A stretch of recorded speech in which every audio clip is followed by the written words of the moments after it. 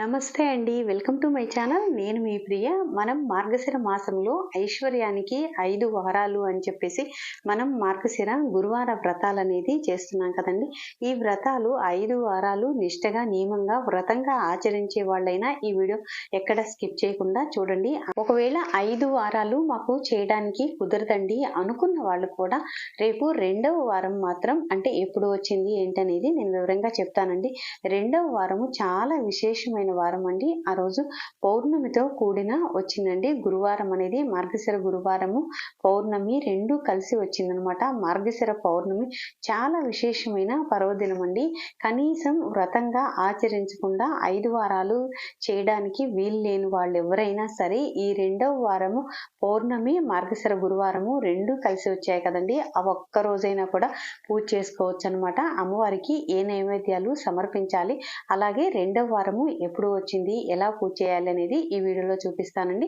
Video కొంచెం length ఎక్కువ అనిపిస్తే ఫాస్ట్ ఫార్వర్డ్ లో పెట్టుకొని చూడటానికి ట్రై చేయండి. మార్గశిర మాసంలో 2వ గురువారం ఎప్పుడు వచ్చింది అంటే డిసెంబర్ 4వ తారీఖు గురువారము. అదే మార్గశిర పౌర్ణమితో కలిపి వచ్చిందండి. చాలా విశేషమైన పర్వదినము. ఆ రోజు వ్రతాలన్నీ 5 వారాలు చేసుకునే వాళ్ళైనా, ఒకవేళ 5 వారాలు చేసుకోవడానికి కుదిరిన వాళ్ళు కూడా పూజ అనేది ఈ విధంగా చేసుకోండి. మనం పూజా మందిరంలో చేసుకున్నా పర్వాలేదండి, లేదా సపరేట్ గా పీఠం ఏర్పాటు చేసుకుంటే మళ్ళీ శుక్రవారము పీఠం కదిలించడానికి ఉండదనమాట. అందువల్ల మీరు పూజా మందిరంలోనే చేసుకోవచ్చు, లేదా సపరేట్ గా పీఠం ఏర్పాటు చేసుకున్నా కూడా శనివారం మాత్రమే కదిలించాలన్నమాట. దాన్ని మీ వీలుని బట్టి చేసుకోండి. ఇక్కడ అమ్మవారి ప్రతిమ కనుక మీ ఇంట్లో ఉన్నట్లయితే చక్కగా పంచామృతాలతోటి అమ్మవారికి అభిషేకం చేసుకోండి. చాలా మంచిదండి. పౌర్ణమి మార్గశిర గురువారము రెండు కలిసి వచ్చింది కదా. అమ్మవారికి ఇలా ఆవు పాలతోటి, ఆవు పెరుగుతోటి, ఆవు నెయ్యితోటి అమ్మవారికి ఆవు పాలంటే చాలా ఇష్టం అండి. ఇలా పసుపు కుంకుమ వీటితోటి గంధము ఇలా సుగంధ పరిమళాలు వెదజల్లి వీటితోటి అమ్మవారికి అభిషేకం చేస్తే చాలా ప్రీతి చెందుతారండి అమ్మవారు. ప్రతిమ ఉన్నవాళ్ళు చక్కగా అమ్మవారికి ఈ విధంగా అభిషేకం చేసుకోండి. ఒకవేళ మేము అభిషేకం చేసుకోవాలనిపిస్తుందండి, మా ఇంట్లో ప్రతిమ లేదు అనుకున్న వాళ్ళు ఎవరైనా సరే ఒక కాయినైనా అమ్మవారిలాగా భావించి మీరు పెట్టుకొని లక్ష్మీదేవి ప్రతిమ ఏదన్నా ఉన్నా, లేదా లక్ష్మీదేవి రూపని ఉంటుంది కదండి, కాసు లాంటిది, అలా లక్ష్మీదేవి కాసు ఉన్నా కూడా ఆ కాసు పెట్టుకొని కూడా మీరు అమ్మవారికి అభిషేకం అనేది చేసుకోవచ్చు అనమాట. చక్కగా ఇలా సుగంధ పరిమళాలు వెదజల్లే ఇలా మనం జవ్వాది వీటన్నిటితోటి కూడా ఇలా పూజ చేసుకోవచ్చు. ఇక్కడ నేను వచ్చేసరికి కొలత పాత్ర పెట్టుకుంటున్నానండి. ఇంతకు ముందు ఫస్ట్ వారంలో నేను ఈ కొలత పాత్ర ఎలా పెట్టుకోవాలి ఏంటనేది చూపించాను. ఇంకా వీడియో లెంత్ ఎక్కువ అవుతుందని చెప్పేసి ఈ వీడియోలో నేను కొలత పాత్ర ఎలా పెట్టుకోవాలి, ఏమేమి వేయాలి అందులో అనేది నేను చూపించట్లేదండి. ఒకవేళ కొలత పాత్ర మేము 2వ వారం నుంచి పెట్టుకోదలుచుకున్నాము అనుకున్న వాళ్ళు ఎవరైనా సరే మొదటి వారం పూజా విధానం ఒకసారి చూడండి, అందులో వివరంగా చెప్పాను. అలాగే కొలత పాత్ర ఒకటి, ఈ కుబేర కుంచం ఒకటి ఎలా పెట్టుకోవాలనేది ఈ రెండు కూడా నేను మొదటి వారం పూజా వీడియోలో చెప్పాను. ఒక్కసారి కావాల్సిన వాళ్ళు అది చూడండి, ఈ వీడియోలో చూపించట్లేదు నేను. ఇలా మనం కొలత పాత్ర అది పెట్టుకున్న తర్వాత అమ్మవారి దగ్గర నిండుగా ఉన్న పసుపు కుంకుమ పెట్టుకోండి. మనం ఏ పూజ చేసుకున్నా కూడా మొదటగా విఘ్నేశ్వరుణ్ణి పూజిస్తాం కదండి. అలాగే మనం ఈ మార్గశిర గురువారం రోజున కూడా మనం ఈ వ్రతం చేసుకున్న వాళ్ళైనా మామూలుగా అయినా విఘ్నేశ్వరుణ్ణి పూజ చేసుకోవాలండి.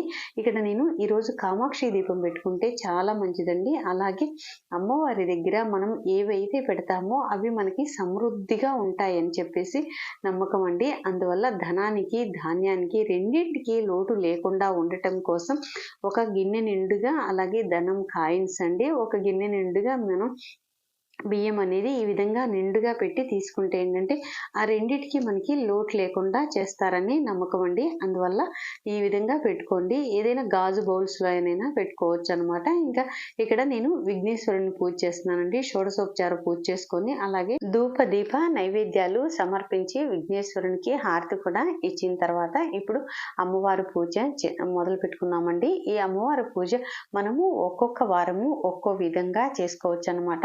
ఈ వారం వారము అమ్మవారికి ఏ నైవేద్యాలు సమర్పించాలి అనేది నేను వివరంగా చెప్తానండి.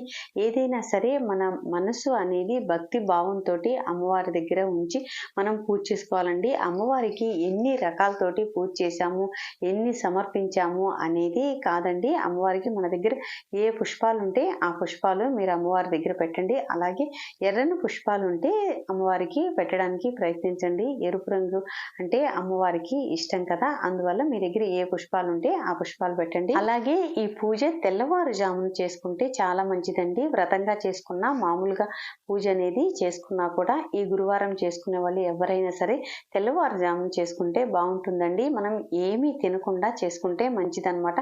నేను వ్రత నియమాల్లో కూడా చెప్పానండి. మనం వ్రతాలు ఆచరించే వాళ్ళైనా, వ్రతం చేసుకోని వాళ్ళు కూడా ఈ నియమాలు అనేది పాటిస్తే చాలా మంచిది. ఈరోజు ఎలా ఉండాలి, ఏం చేయాలి, ఏ టైంలో పూజ చేసుకోవాలి అనేదంతా కూడా వ్రత నియమాల్లో చెప్పానండి. వ్రతం చేసుకునే వాళ్ళు కాకపోయినా కూడా, వ్రతం చేయకపోయినా ఆ నియమాలు అనేది ఈ రోజు అంతా కూడా మనం మార్గశిర గురువారం రోజు ఇలా ఆచరిస్తే చాలా మంచిదండి. అమ్మవారి కరుణ మన మీద ఉంటుంది. మనం తెల్లవారుజామునే పూజ చేసుకోవాలి అనుకున్నప్పుడు గురువారానికి ముందు రోజే బుధవారం సాయంత్రమే మనము గుమ్మం ముందు చక్కగా ముగ్గులది వేసుకొని ఉండాలండి. గురువారం తెల్లవారుజామునే మనం ఈ పూజ చేసుకోవాలి కదా, మనం అమ్మవారి పాదాలు వేసుకోవాలండి. అమ్మవారిని మన ఇంట్లోకి వస్తున్నట్లుగా, ఆహ్వానిస్తున్నట్లుగా మనం అమ్మవారి పాదాలు వేసుకొని తెల్లవారుజామున మనం లేచిన తర్వాత, గురువారం ఉదయం లేచిన తర్వాత, అప్పుడు మనం స్నానం అంతా పూర్తి చేసుకున్న తర్వాత గుమ్మం బయట దీపాలు అనేది పెట్టుకోవాలండి. అమ్మవారి పాదాలు ముగ్గు ముందు రోజే వేసుకొని ఉంటాం కదండి. తెల్లవారుజామున ఇలా దీపాలు పెట్టుకొని అమ్మవారిని మన ఇంట్లోకి ఆహ్వానిస్తున్నట్లుగా దీపాలు అనేది పెట్టాలండి. ఏ ఇంట్లో అయితే అమ్మవారు ఆ సమయంలో లోక సంచారం చేస్తూ ఉన్నప్పుడు అమ్మవారు అలా దీపాలు వెలుగుతూ మనం లోపల పూజా మందిరంలో అమ్మవారిని స్తోత్రం చేస్తూ ఉంటాము, ఆ ఇంట్లోకి అమ్మవారు అడుగు పెడతారండి. అందువల్ల తెల్లవారుజామున మాత్రమే ఈ పూజ చేసుకుంటే చాలా మంచిది. ఒకవేళ అవకాశం కుదరని వాళ్ళు, బాగా ఇబ్బంది అనుకున్న వాళ్ళు మాత్రం తర్వాత చేసుకోవచ్చండి. ఇంకా అమ్మవారిని ఏదైనా సరే లక్ష్మీప్రదమైన వస్తువులతోటి అష్టోత్తరం చదువుకుంటూ పూజ చేయండి. ఒక వారము తామర గింజలతో పూజ చేసుకోవచ్చు, ఇంకా కాయిన్స్ తోటి చేసుకోవచ్చు. అలాగే పసుపు కొమ్ములతో కూడా అమ్మవారిని పూజ చేసుకోవచ్చండి. అలాగే ఈ వారము రెండో వారం వచ్చేసరికి ఇక్కడ బిల్వ దళాలతోటి అమ్మవారిని అష్టోత్తరం చదువుకుంటూ ఈ విధంగా పూజ చేయండి. అమ్మవారికి బిల్వ దళాలంటే చాలా ఇష్టం అండి. మనకి లక్ష్మీదేవి అష్టోత్తరంలో కూడా ఉంటుంది కదండి, ఓం బిల్వ నిలయాయ నమః అని చెప్పేసి అమ్మవారు ఈ బిల్వదళంలో ఉంటారండి. అందువల్ల 108 బిల్వదళాలు తెచ్చుకొని, అందులోనూ పౌర్ణమితో సహా వచ్చింది కదండి మార్గశిర గురువారము రెండో వారము, అందువల్ల చాలా విశేషమైన పర్వదినం అండి. కనీసం మీకు 108 బిల్వదళాలు దొరకకపోతే కనీసం ఒక 9 లేదా 11, 21 దళాలు, లేదా కనీసం ఒక్క దళమైనా కూడా అమ్మవారి ఎదురుగా మీరు పెట్టి అమ్మవారికి నమస్కారం చేసుకోండి, చాలా మంచిదండి. లేదా చిట్టి గాజులు అలా ఉన్నా కూడా, చిట్టి గాజులు కలర్స్ ఎరుపు రంగు, పసుపు రంగు, ఇలా వీటితో కూడా అమ్మవారికి అష్టోత్తరం చదువుకోవచ్చండి. లేదా గోమతి చక్రాలు కానీ, లక్ష్మీ గవ్వలు కానీ, ఇలా ఏవైనా సరే మంగళకరమైన వస్తువులతోటి అమ్మవారికి ఈ విధంగా అష్టోత్తరం చదువుకుంటూ సమర్పించవచ్చు అనమాట. ఒకవేళ ఇవేమి మా ఇంట్లో లేవు అనుకున్న వాళ్ళు పుష్పాలు, ఏ పుష్పాలు ఉంటే ఆ పుష్పాలు, లేదా ఎరుపు రంగు ఉంటే ఆ ఎరుపు రంగు పుష్పాలతోటి అమ్మవారి అష్టోత్తరం చదువుకుంటూ అమ్మవారి పాదాల దగ్గర ఉంచండి. ఒకవేళ ఆ పుష్పాలు కూడా మా దగ్గర ఎక్కువ లేవండి అనుకున్న వాళ్ళు అక్షంతలతోనైనా అమ్మవారికి అష్టోత్తరం చదువుకుంటూ పూజ చేయండి. ఎర్రని అక్షంతలు వాడండి, అమ్మవారి పూజలో చాలా మంచిదండి. అలాగే అమ్మవారి అష్టోత్తరంతో పాటు ఈరోజు స్వామివారి అష్టోత్తరం కూడా చదువుకోండి. ఈ సమయంలో చాలా మంచిదండి. ఎందుకంటే స్వామివారిని కూడా మనం ఆహ్వానిస్తేనే అమ్మవారు మన ఇంట్లో స్థిరంగా ఉంటారనమాట. అందువల్ల స్వామివారి అష్టోత్తరము, అమ్మవారి అష్టోత్తరము రెండు చదువుకున్న తర్వాత ఈరోజు పూజలో కనకతార స్తోత్రం అనేది చదువుకోండి. అలాగే మహాలక్ష్మి అష్టకం కూడా చదువుకోండి. ఒకవేళ ఎవరైనా సరే మాకు ఇలా చదువుకోవడము రాదండి అనుకున్న వాళ్ళు ఎవరైనా సరే ఫోన్లో పెట్టుకొని అవి వింటూ మీరు అక్షంతలు కానీ, పువ్వులు కానీ ఇలా అమ్మవారి పాదాల దగ్గర ఇలా సమర్పిస్తే చాలా మంచిదండి. అలాగే అమ్మవారికి తాంబూలం కూడా సమర్పించండి. తాంబూలంలో పసుపు, కుంకుమ వీటిని పెట్టి అమ్మవారికి సమర్పించండి. అలాగే నైవేద్యం వచ్చేసరికి రెండో వారము మనము అట్లు తిమ్మనము నైవేద్యంగా సమర్పిస్తామండి. అట్లు అందరికీ తెలుసు కాబట్టి నేనేం చెప్పట్లేదండి. తిమ్మనం రెసిపీ మాత్రం మన ఛానల్లో నేను ఒక వీడియో అనేది చేశానండి. ఈ వీడియో కింద వీడియో లింక్ ఇస్తానండి డిస్క్రిప్షన్‌లో. ఒక్కసారి కావాల్సిన వాళ్ళు తిమ్మనం రెసిపీ కూడా చూడండి. ఈ రెండో వారము అమ్మవారికి అట్లు తిమ్మనము నైవేద్యంగా సమర్పించండి. అలాగే పౌర్ణమితో కూడి వచ్చింది కాబట్టి అమ్మవారికి ఈరోజు దీపము వెలిగిస్తే చాలా మంచిదండి. అమ్మవారు పాల సముద్రం నుండి ఆవిర్భవించారు కదండి. అందువల్ల అమ్మవారికి పాలంటే చాలా ఇష్టం అన్నమాట. అందువల్ల మనము ఈ రోజున దీపం వెలిగిస్తే అమ్మవారి ఎదురుగా పౌర్ణమి, మార్గశిర గురువారము రెండూ కలిసి వచ్చిన విశేషమైన పర్వదినం కదండి. ఈ రోజు అమ్మవారి ఎదురుగా మీరు దీపం వెలిగించండి. ఈ దీపం ఎలా వెలిగించాలనేది మన ఛానల్లో వీడియో ఉందండి. ఆ వీడియో కూడా ఈ వీడియో కింద నేను డిస్క్రిప్షన్‌లో లింక్ ఇస్తాను. ఒక్కసారి అది కూడా చూడండి. అలాగే ఈ వీడియోకి ఒక్క లైక్ ఇవ్వడం మర్చిపోవద్దండి. ఎందుకంటే మీరిచ్చే లైక్ వల్ల వీడియో ఎక్కువ మందికి రీచ్ అవుతుంది.